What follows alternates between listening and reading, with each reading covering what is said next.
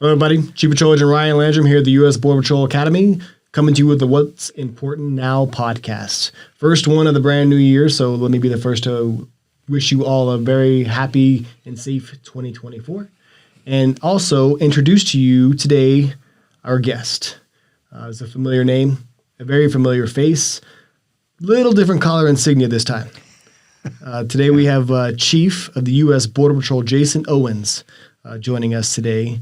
Last time we talked, Chief, I think you were setting sail for greener pastures in the Del Rio sector as the Chief Patrol Agent there. A little bit has changed since then. That's right. I was headed back to Texas, and here I am again leaving Texas. Yeah. So congratulations, first and foremost, on the promotion. I think Appreciate July, it. Is that right? July 2nd. That was July the 2nd of first last year. So you got going on 7 months in the seat. Yep. How's it going? So far, so good. It's about what you would expect. The pace is as frenetic and fast and furious as you could possibly imagine, but it's fun, if that makes any sense. Yeah. So is it what you expected, or is it different? What's different about what I don't know if I knew what to expect. I can tell you it's, when I got the call, and I'd tell you it's, I didn't really know if I was in consideration. You don't really think about something like this. I was very happy I was very happy here at the Academy. Yeah. But you just kind of go where they need you, and you make the best of it, and you throw yourself into whatever you're doing, and give it all you got. And so I'm very happy living in Texas, and Del Rio is a great city. Mm-hmm. And, of course, as you know, very busy. Yes, crazy busy. A lot was happening in the time that I was there. But, when I got a call to talk to Commissioner Miller, and he was, I guess, looking for folks that were going to take Chief Ortiz's place and role when he retired. And I remember talking to him, and he never really said what it was he was talking to me about. He just a lot of it was just kind of catching up. He was in New York whenever I was in Maine, so had a chance to just catch up, see how he was doing. He's just one of the nicest guys you'll ever meet, and just super intelligent, especially when it comes to intel and targeting, and so just had a good conversation. And it wasn't until the very end when he said, just curious how you handle situations whenever your personal beliefs or your political ideologies on a personal level don't necessarily align with things at work. That hits us all. Yeah, And so I answered him as best I could. We're not politicians. We do the job with the mission and the people in mind, and that's what matters. And he's like, okay, well, good talking to you. And we moved on, and I remember talking to my wife, and so, well, for what it was a good conversation. And fast forward a few days, and I got the call from the secretary scheduler asking if I could spare some time to talk to him. Of course, absolutely. Let me check my calendar. Yeah. And had a really good conversation with him, and he at the end of it, saying, that he thanked me for being willing to take on, this challenge, this responsibility. And it was only then that it actually dawned on me what they might have been talking about. Yeah. And I remember my partner in crime at the time, I remember going to get him and saying, look, it's time to go work out, and it was leg day. Yeah, never skip leg day. We were doing squats, and his phone started blowing up, and he said, "Hey, Chief, they want to get you back on the call with the secretary and the commissioner." So I said, "When?" I said, "Now." So I went running across the parking lot, and I got to the computer and got on the video teleconference with them, and they were both there, and I'm sitting there sweating in my PT gear, and they both started laughing. You got me doing squats. I'm sorry. Yeah, and that's where they offered the job, right then and there. And I remember the feeling. It was just. There's a rug that I have in my office. It's the outline of the Border Patrol patch. Mm-hmm. And I remember looking down at it and seeing this patch that's meant so much to me for, more than half my life. It's I've worn it on my uniform. It's been my family. It's been something that is a part of my identity and who I am. And I'm getting this, it's a privilege, but it's also a monumental responsibility and a task. And you talk about humbling. Mm-hmm. it was a very surreal, very elated feeling, but at the same time, there was an element of fear because how do you know what it's like to run an agency like this until you're actually sitting here doing it? And so I sat there for a few minutes in the office by myself, just kind of taking it all in, and it was probably a month or so before they actually made the announcement and ended up starting the job. And I can tell you, it is every bit as fun as I hoped it would be. Mm-hmm. It's even busier than I thought it would be. Mm-hmm. And there's actually two different aspects to the job. There's actually running the Border Patrol, and there's being on the commissioner's staff. Okay. It's that man is exceptionally busy. He's got a monumental task in his own right, not just on the border security side, but facilitating all lawful trade and travel for the most powerful country on the planet. And so you want to make sure you're doing right by that guy. Mm-hmm. And so that was probably something that I didn't know to expect, but is definitely there. And all of it just kind of comes together to where you're bouncing around from just one thing to the other all day. The day goes by like that. And the good part is I get to travel around and I get to, see the sectors and come to the academy, and it's a very refreshing thing because you get reminded of just how special this family is. So all in all, I'm loving it. Yeah. I'm exhausted. Yeah, but it's great. Hey, so a couple things to unpack in that what you said. For the sake of the audience, it's important to understand that as an executive, we don't apply for jobs anymore, right? So, and you darn sure don't apply for the chief of the Border Patrol. I didn't. So, yeah, right. My point, though, is it's based on a career's worth of acumen and knowledge, expertise, and leadership that you've not only developed but demonstrated to get you a call like that. Mm-hmm. So congratulations for that. Appreciate it. Yeah. And then secondly, and it was kind of funny, we'll get to why you're here in just a second, but a trainee you were talking to a group of trainees this morning before graduation, and one of the trainees asked you something to the effect of, hey, well, how do you manage politics in the fray of everything that we do, and how political this organization has become, et cetera.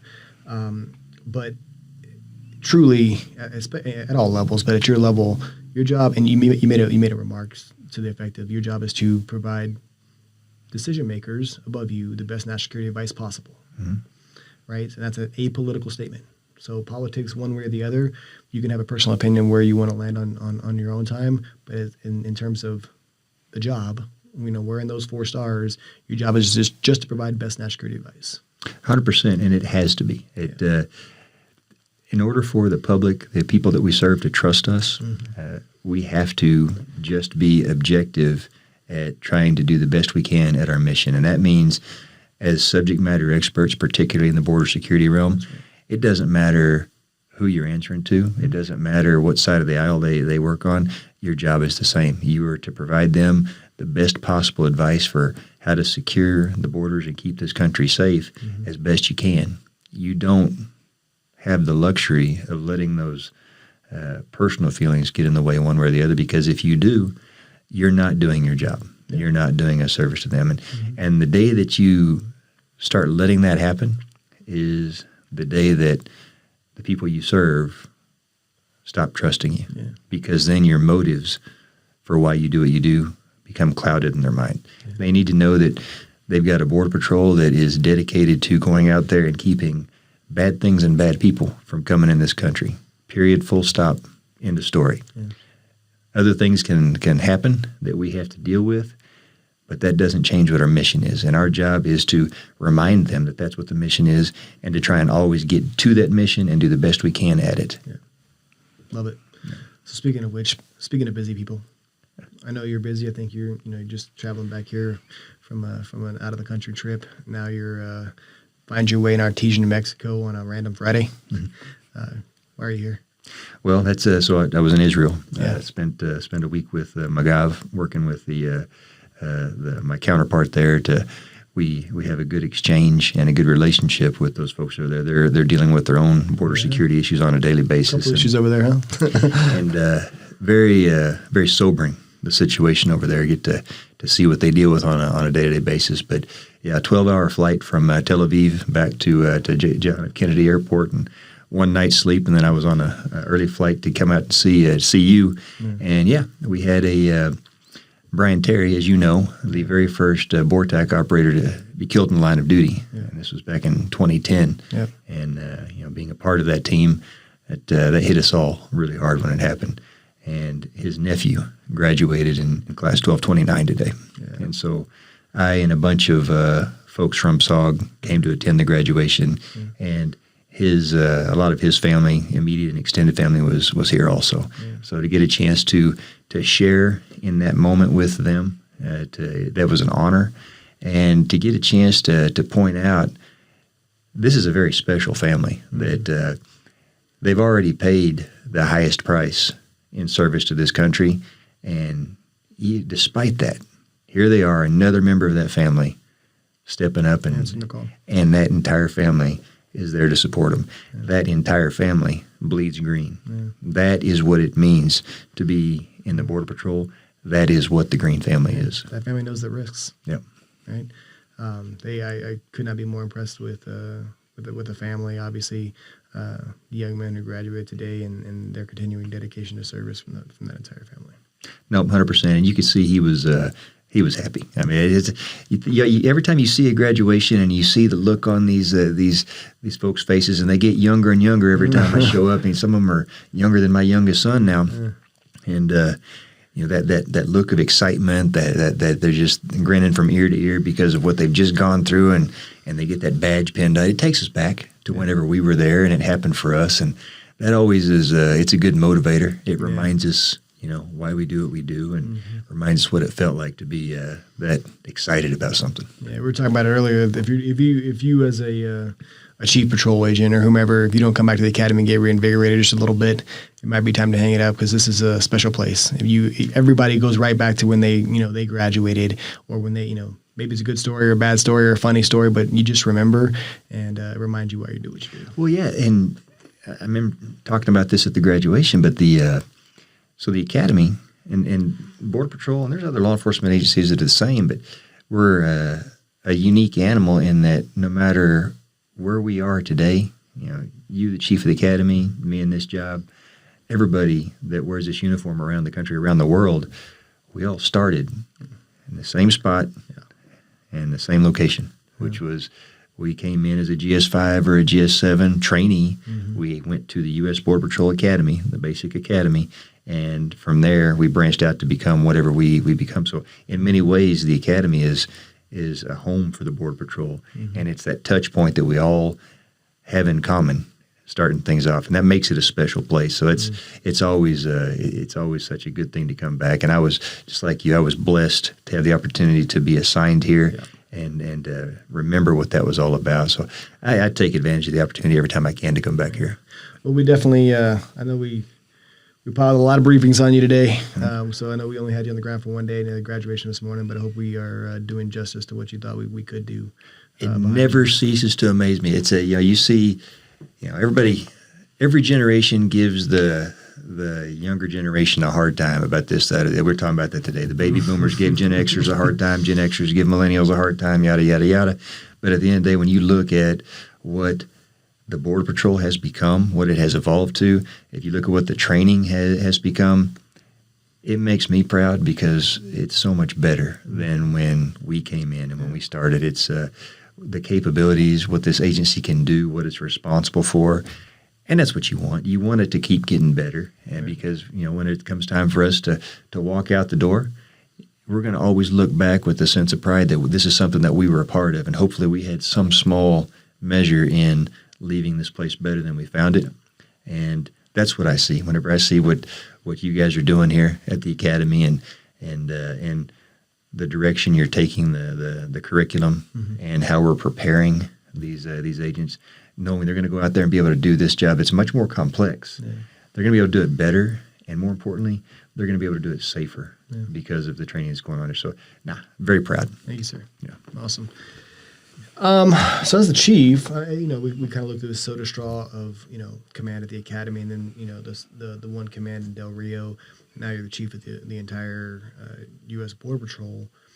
What are some of the challenges you're facing that maybe you weren't aware of, weren't expecting, or just generally Well, so obviously we have the migrant influx that's going on right now, and we deal with that like we do any other crisis, any other issue that faces. But keeping our focus on what the mission is and why we exist, and a lot of times that involves us reminding everybody, the public, that hey, this is what we need to be paying attention to. This is the threat. You know, we have fentanyl coming into our country that is deadly.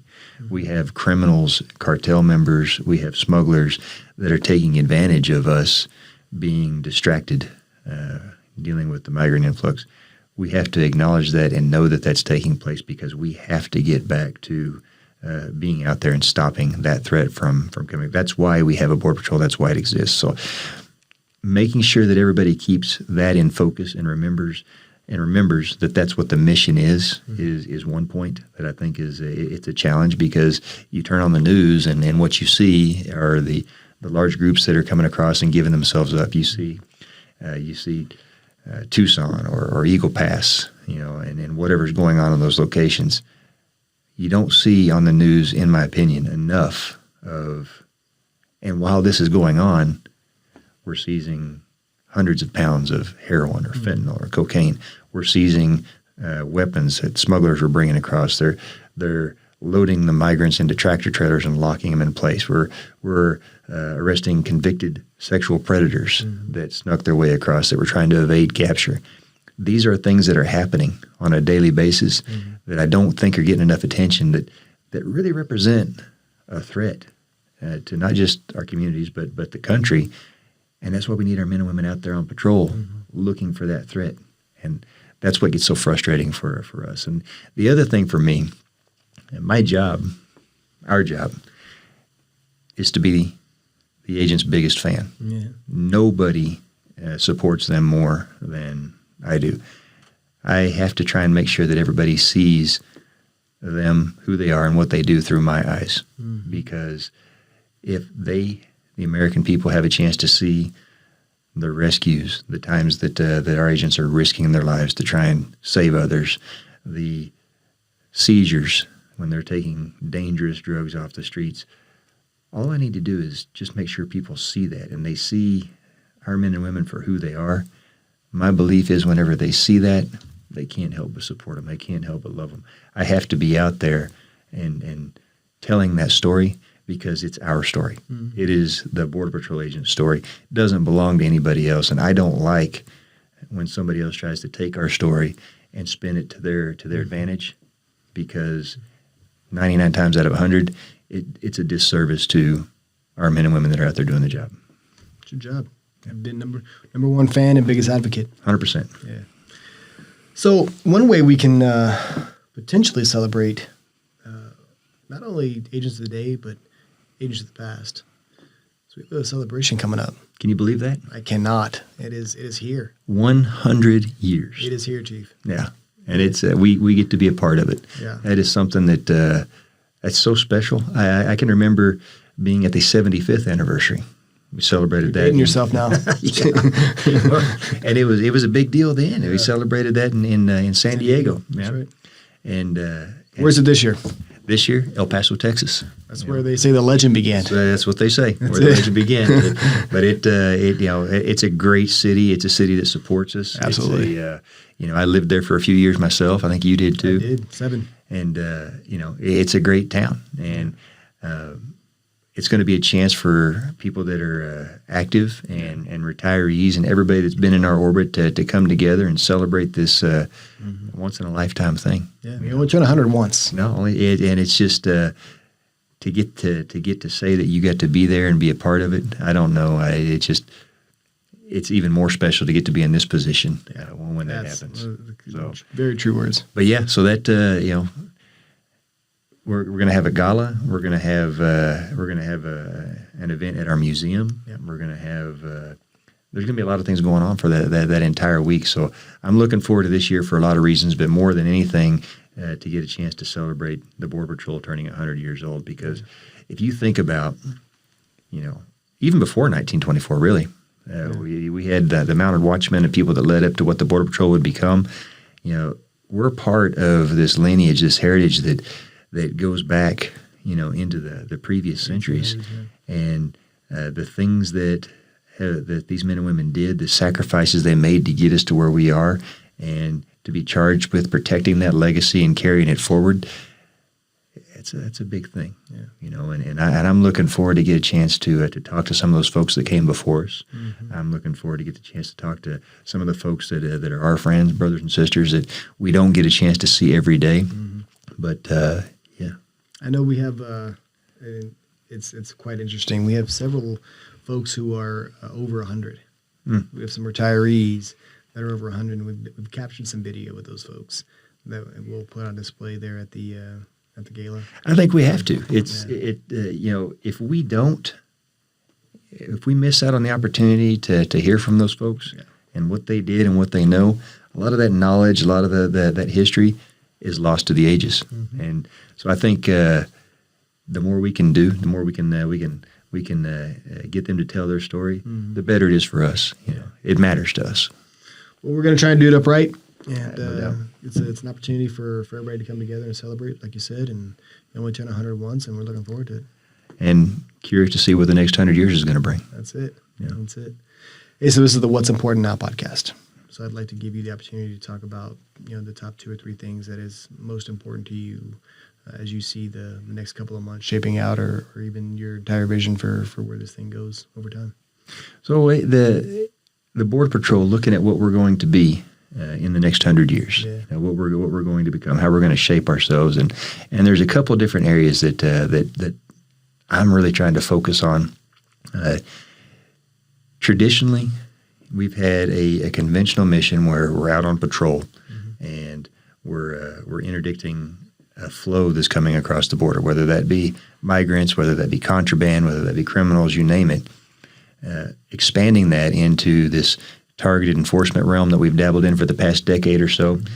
and really starting to bring those together in a meaningful way to become even better at this mission that we've been charged with. And what I mean by that is going after the people, the networks, the tactics, techniques, and procedures that are responsible for that flow, mm-hmm. and actually putting those folks in jail for a long time. Getting our partnerships with our international partners so that the criminals don't feel safe no matter what country they're in.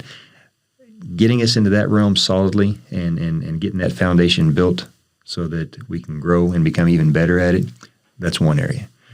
The next area is how we take care of ourselves. Mm. I mean, you've been doing a lot of good things here at the Academy in that regard, but it's, we talk about what it means to be resilient, and for a long time that only involved something bad happens, mm-hmm. and how are we able to bounce back from it, and what services are we providing to a person whenever they suffer something bad, instead of getting ahead of it and being proactive and making sure that the person is as healthy and well as they can possibly be in every aspect, so that when something bad does happen, they're already strong and they can get through it that much better. We have an opportunity here to really turn inward and focus on ourselves, on our people, and make sure that we're walking the walk. We don't just talk about being a family. We don't just talk about loving our family. It's doing what needs to be done to actually take care of them. We talked to the trainees this morning, you and I, and that was one of the things for me as a lesson's been learned over the last couple decades, that remembering who's standing beside you and why that's so important. You have this family that's on this journey with you, and in many ways they serve just like we do. They're the ones that watch you go out the door every night. They're the ones that sit there knowing that something bad could happen to their loved one. They're allowing that to happen in service to this country. So in many ways, their sacrifice is very real. Yeah. Acknowledging that, understanding that, because let's face it, we couldn't do what we do if we didn't have that family there to support us. Right. So recognizing that early on, involving them in this adventure, I think is key. And that's why we say whenever we talk about this green family that those family members are part of the Border Patrol as well. Things like that, making sure that we're focused on those things that matter, that don't just keep us stronger and make us resilient, They make us better. Those are some areas where I really feel like we can, we can change our culture. We can change who we are for the better, leave the place better than we found it. And if I can do those things whenever I walk out the door and look back, I'll feel like I did justice to this position and I did right by all of my brothers and sisters in my time here. Awesome. Well, on behalf of the Border Patrol Academy and the What's Important Now podcast, we hope that time is not anytime soon, and you have the opportunity to take this vision and make it all that you want it to be for the betterment and for the next generation. We talk about it all the time here. We're about training and preparing the next generation to succeed us. That starts here, and it kind of ends with you, with where you want to take it. So best wishes to you. Congratulations. Thank you, sir. Appreciate it. Like I said, it's a few more stars on that collar than we last talked, but couldn't be more appropriate and to happen to a better person. Appreciate it, man. Thank you. Excellent. With that, honor first.